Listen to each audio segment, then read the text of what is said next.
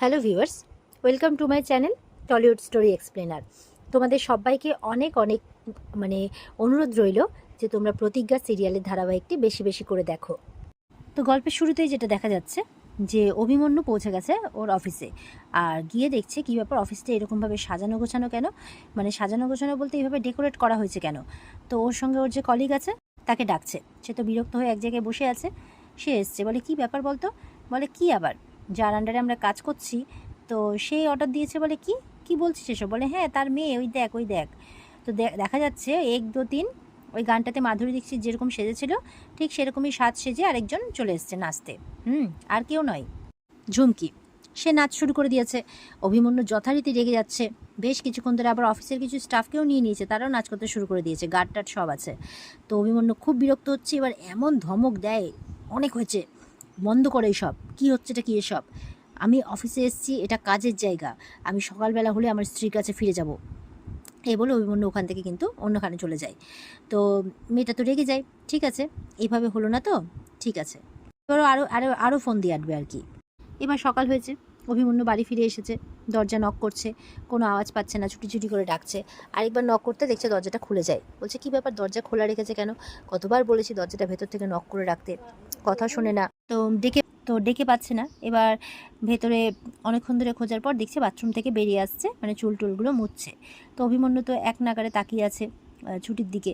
ছুটি ফার্স্টে লক্ষ্য করেনি, ও আয়নার সামনে যাচ্ছে, চুল ঝাড়ছে, মুছছে, চুলটা যখন পেছনে সরাচ্ছে চুলের জলটা অভিমন্যুর মুখে চোখে পড়ছে। তো এই সব চলছে। এবার কিছুক্ষণ বার ঘুরতেই যখন দেখে যে অভিমন্যু ওখানে এসে, বলে আপনি বলেননি তো যে আপনি এখানে এসেছেন।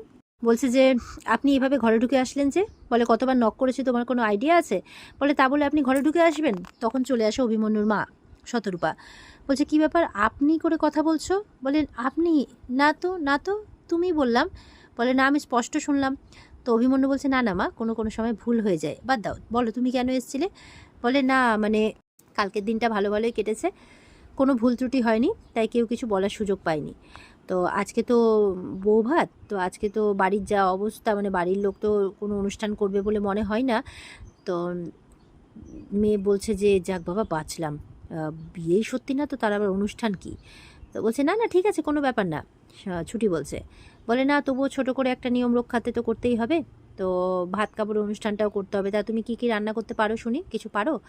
তো ছেলে বলছে হ্যাঁ মা, বাপরে এত সুন্দর হাতের রান্না তুমি জানো, একদম সত্যি মা লক্ষ্মী, মানে তুমি ভাবতে পারবে না। তো ওর মা বলছে সেই ঠিকই বলেছিস, যেই জিনিসের ধারে কাছেও কোনো দিনও যাস না, যেই ব্যাপারে কিছুই বুঝিস না, সেই কথাও এখন বলছিস। ছুটি তো পরিষ্কার বুঝতে পেরেছে যে ছেলে একটু বেশি বেশি বাড়াবাড়ি করছে। তোর মা বলছে ঠিক আছে চলো তুমি নিচে চলো, আমি সব কিছু দেখিয়ে দিচ্ছি। এই বলে ওর মা চলে যায়। তো ছুটি তখন বলছে আপনার এই মানে বউ পিড়িতি মায়ের সামনে না দেখালে হতো না, ছি ছি, আমার যে কী অবস্থাটা হচ্ছে সেটা শুধু আমিই জানি। তখন অভিমন্যু বলছে আমি কি করছি, আমি কি বলছি সেটা আমি খুব ভালো করেই জানি। তো ছুটি বিরক্ত হয়ে চলেই যায়। এদিকে অভিমন্যু প্রার্থনা করছে ভগবানের কাছে, ভগবান একটা পিসফুল ডে চাই, প্লিজ প্লিজ, ওই উচ্ছঙ্গিটা যাতে না আসে আজকের দিনে। এদিকে অভিমন্যুর ঠাম্মি হিরণময়কে ফোন করেছে, বলছে আমি বুঝতে পারছি বাবা হিসেবে তোমার দুশ্চিন্তাটা, তুমি মেয়েকে নিয়ে চলে গেলে, কিন্তু এইভাবে নিয়ে চলে গেলে তো হবে না না, বলো। দেখো আমরা 15 বছর ধরে যে স্বপ্ন দেখেছি সেটা পূরণ হবেই, পরীর সাথেই অভির বিয়ে হবে, এটা আমি বলছি। আর ওই ছুটিকে আমরা ঘাড় ধাক্কা দিয়ে বের করবো, তার জন্য তো পরীকে এখানে আসতে হবে। বলে আমার মেয়ে কি প্রত্যেক দিন ওই অভি আর ছুটির রঙ্গ দেখতে যাবে ওখানে, ওর কি কষ্ট হয় না। তো দেখা যাচ্ছে যে এই মেয়ে চুমকি মানে মনে মনে বলছে এই বুড়ো একটু বেশি বলছে। বলে বাবা তুমি চিন্তা করো না, বলে না মা তোর খুব কষ্ট হচ্ছে। এই বলে ঠাম্মির ফোনটা নেয়, ঠাম্মি বলছে যে ঠাম্মিকে বলছে তুমি চিন্তা করো না ঠাম্মি, আমার যতই কষ্ট হোক আমি অভিকে ছেড়ে দূরে থাকতেই পারবো না। বলে আচ্ছা ঠিক আছে, এই বলে আসছে। ছুটি নিচে এসছে, তো ওর মা বলছে তুমি রান্না করতে পারো তো। তো অভিমন্যুর বাবা বলছে দেখো হাত টাত পুড়িয়ে আমাদের বিপদ বাড়িও না যেন। বলে না না আমি সব পারি, চিন্তা নেই, আমি আশ্রমে যখন রান্না করতাম ওখানে 100 জনের পাত পড়তো। বলে বাহ খুব ভালো। রেহান বলছে বাহ নতুন বৌদি, শোনো আমি তোমাকে না নতুন বৌদি বলে ডাকবো, NB, হ্যাঁ। তো বলে ঠিক আছে। বলে তুমি পাতুরি রান্না করতে পারো, মাটন কষা, বলে হ্যাঁ সব পারি, তুমি কি খাবে বলবে। বলে বাহ কত ভালো, আমাদের শিখা ওই পাতুরি রান্না করেছিল একবার, পাতা পুড়ে ছাই ভিতরে মাছ কাঁচা। তো শিখা তো খুব রেগে যাচ্ছে, বলে ঠিক আছে তোমার যা খেতে ইচ্ছা হয় তুমি বলবে, আমি বানিয়ে দেবো। ছুটি বলছে। তো এদিকে অভিমন্যুর মা বলছে না না আজকে অত কিছু বানাতে হবে না, আজকে শুধু ঘি ভাত।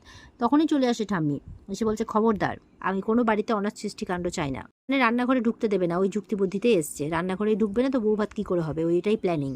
তো এবার কিছুতেই রান্নাঘরে গিয়ে ঠাম্মি রান্না করতে দেবে না। আর এদিকে ওর মা বলছে, দেখুন আমি তো অভির মা, তার ভালো মন্দ তো আমাকে দেখতেই হবে। বলে, ও আমি বুঝি ভালো মন্দ দেখি না? ছুটি তো দেখছে যে দুজনের মধ্যে ঝামেলা লেগে যাচ্ছে। ছুটি বলছে, আমিও চাই না, কিন্তু মানে উকিল স্যারের মায়ের জন্য খুব কষ্ট হচ্ছে, তাই সে নিয়মটা পালন করতে চায়। তো বলছে, ঠিক আছে, রান্নাঘরে না গিয়ে আমি যদি ঘি ভাতটা রান্না করে দিই তাহলে হবে তো? বলছে, রান্নাঘরে না গিয়ে? বলে, হ্যাঁ, তার জন্য আবার একটা শর্ত আছে। ছুটি বলছে। শর্ত শুনে অভির বাবা বলছে, আবার কি শর্ত? আর ঠাম্মি বলছে যে, তোমার সাহস তো কম নয়? বলে, না, যদি আমি রান্নাঘরে না গিয়ে ঘি ভাতটা রান্না করে দিই তাহলে সবাইকে কিন্তু খেতে হবে। তো ঠাম্মি বলছে, ঠিক আছে, আমি রাজি। তো এবার অভি বলছে, এরকম সিদ্ধান্ত কোনো সুস্থ মানুষ নেয়, তাই বলছে। এবার চলে গেছে মানে ছুটি বাগানে খড়কুটো সব কুড়িয়ে বেড়াচ্ছে, আর একটা দা নিয়েছে হাতে, একটা প্লেস অনুযায়ী হয়তো উনুন ফুনুন তৈরি করে রান্না করবে। তো এবার বলছে কারো যাতে কোনো অসুবিধে না হয় সেই ব্যবস্থা করছে। তো ওখানে অভি গেছে যে, আর ইউ ম্যাড, মানে এরকম চ্যালেঞ্জ কেউ নেয়? হ্যাঁ, এখন তুমি কিভাবে কি করবে? বলে, শুনুন, রান্নাঘর শহরে মানুষের মানে এমনও অনেক মানুষ আছে যাদের কাছে বাড়ি নেই, রান্নাঘর তো দূরে থাক, তো একটু উঁচুতলা থেকে নিচুতলে এসে দেখুন যে কি করে ওরা। তো ইংরেজিতে গড়গড় করে বলছে। ছুটি বলছে, আবার শুরু হলো ইংরেজি, কি ভাবছেন এই বাছা বাছা ইংরেজিতে আমাকে বাঁধবেন? কাঠের আগুনে কি রান্না করে খায় না মানুষ? তো বলছে, এই ননসেন্সের মতো কথা বলবেন না, এই দাটা নামিয়ে কথা বলুন, দাটা দেখিয়ে কথা বলছো তো। চাল চাল টাল এসব আপনি কোথায় পাবেন? এসব তো রান্নাঘরেই থাকে নাকি? আপনি কি কাঠ পুড়িয়ে খাওয়াবেন নাকি সবাইকে? হ্যাঁ। আর ওদিকে কিন্তু ওই ঝুমকি চলে আসছে। ঝুমকি এসে দেখছে, কি ব্যাপার, এত গরম রোদের মধ্যে এরা বাগানে কি করছে? ঈশাকে ফোন লাগিয়েছে, ঈশা দিদি একটু আসো তো। ঈশা এসেছে, এবার জিজ্ঞাসা করছে ওরা কি করছে বাগানে। আর ওদিকে ইয়েকে বলছে, ছুটিকে বলছে অভিমন্যু যে, আমি আবারও বলছি, আমি একটা বুদ্ধি বের করেছি, সেটাই করো। বলে, শুনুন, আপনার এই স্বামীসুলভ আচরণ আপনি বন্ধ করুন তো, আমার অস্বস্তি লাগে। বলে, আপনার কি আমাকে ক্যারেক্টারলেস মনে হয়? অভি বলছে। এবার ছুটি দেখে ফেলেছে অহনাদের। বলে, ওই দেখুন। বলে, কি? বলে, ওই দেখুন ঝুমকি। বলে, উফ, একটাই তো পিসফুল দিন চেয়েছিলাম, একদিকে আপনার এই বাগানে রান্না আর আরেকদিকে ঝুমকি। উফ, আর ভালো লাগছে না, কত অ্যাডভেঞ্চার দিবে একটা দিনে ভগবান, তাই বলছে। তো এবার ইশারা সামনে এসছে। তো অহনা ঝুমকি বলছে, এই কি ব্যাপার, ওকে একা রান্না করতে বলেছে না? মানে ঈশা সবটা বললো তো ঝুমকিকে, তাই বলছে। তাহলে এখানে অভি কি করছে? তো অভি বলছে, আমি না, মানে ফার্স্টে বলবো না, তারপরে আবার যখন প্রশ্ন করছে, ও দিদি প্রশ্ন করছে, আমি তো দিদি, বল কি করছিস? তো তখন ওখান দিয়ে শিখা আসছে। শিখা ছাতা মাথায় দিয়ে আসছে। এবার বলে, ওই যে ছাতা। শিখার কাছে গিয়ে বলছে, ছাতাটা দিয়ে চুপচাপ যায় এখান থেকে, একটা কথা বলবি না। শিখা চলে যায় মাথা নাড়িয়ে। বলে, এই যে ছাতা আনতে বলেছিলাম শিখাকে, আসলে আমার বউ এত গরম রোদের মধ্যে রান্না করছে, কষ্ট হবে না, তাই আমি ছাতা ধরে থাকবো, ও রান্না করবে। তো আবারও চুমকি বলছে যে, কিন্তু এটা কি করে হয়? ঠাম্মি তো একা করতে বলেছে, যদি অভি থাকে তাহলে তো ও আগেই হেরে গেল। তখন মানে ছুটি বলছেন, ও গো, তুমি যাও না গো, তুমি এখানে থেকো না, আমি পারবো সামলাতে। বলে, ও তাই, ঠিক আছে, আমি যাচ্ছি, যাই তাহলে আমি আসি, হ্যাঁ, এভাবে বলছে। তো তখন বলছে, ঝুমকি বলছে, আদিক্ষেতা দেখে আর ভাল লাগে না, এই বলে ওরা চলে যায় ওখান থেকে। আর তারপরে অভি বলছে যে, দেখো, অনেক হয়েছে, আর ভালো লাগছে না কিন্তু এসব। তো বলছে, আপনি যান, আমি ঠিক সামলে নেব। এই বলে এই কথাবার্তা হতে হতে এখানেই কিন্তু আজকের পর্ব শেষ হয়ে যায়। তো এই ছিল আজকের পর্বের রিভিউ। ভালো লেগে থাকলে পর্বকে লাইক কমেন্ট করে জানাতে ভুলবে না, আর আমাদের সাথে জুড়ে থাকতে চ্যানেলকে সাবস্ক্রাইব করতে ভুলবে না। দেখা হচ্ছে তোমাদের সাথে আগামীকালকে। সবাই খুব ভালো থাকবে। আজকের মতো পর্বের রিভিউ এই পর্যন্তই। বিস্তারিত দেখার জন্য অবশ্যই স্টার জলসার পর্দায় চোখ রাখবে। টাটা।